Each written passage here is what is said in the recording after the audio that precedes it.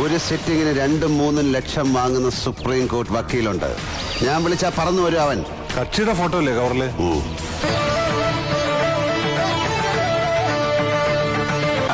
ഇത് ഹബീബ് പറഞ്ഞ പോലെ നരിയാണേ. അപ്പോൾ അതിൽ പറഞ്ഞിരിക്കുന്നത് പെറ്റീഷൻ പുനഃപരിശോധിക്കണം എന്നാവശ്യപ്പെട്ട് കൊടുത്ത പെറ്റീഷൻ ഡിസ്മിസ് ചെയ്യുന്നു. ഞാൻ അത്ര താഴേക്കിടയിലുള്ള വക്കീലല്ല മിസ്റ്റർ. പരാജയം വിജയത്തിന്റെ ചവിട്ടുപടി എന്നാണല്ലോ പറയാറ്. ഞാൻ ആ പടികൾ ചവിട്ടി കയറി കയറി ഇപ്പൊ എത്തി നിൽക്കുന്നത് എവിടെയെന്നറിയോ?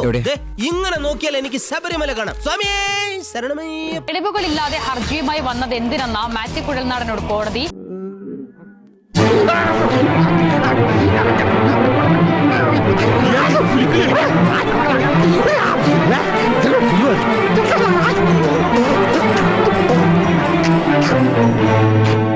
ആരാത്?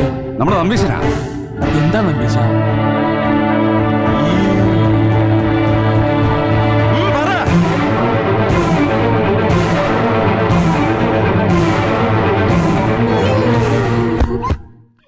നട്ടാൽ മുളയ്ക്കാത്ത നുണകൾ തുടർച്ചയായിട്ട് അവതരിപ്പിക്കുക, അത് ചാനൽ മുറികളിലെ ജഡ്ജിമാരുടെ മുൻപിൽ മാത്രം ചെലവാകുന്ന തെളിവുകളാണ് എന്നുള്ളത് നേരത്തെ തന്നെ വ്യക്തമാക്കിയിട്ടുള്ളതാണ്. അപ്പോൾ അത് വിജിലൻസ് കോടതി നേരത്തെ തള്ളി, ഇപ്പോൾ ഹൈക്കോടതിയും തള്ളിയിരിക്കുകയാണ്.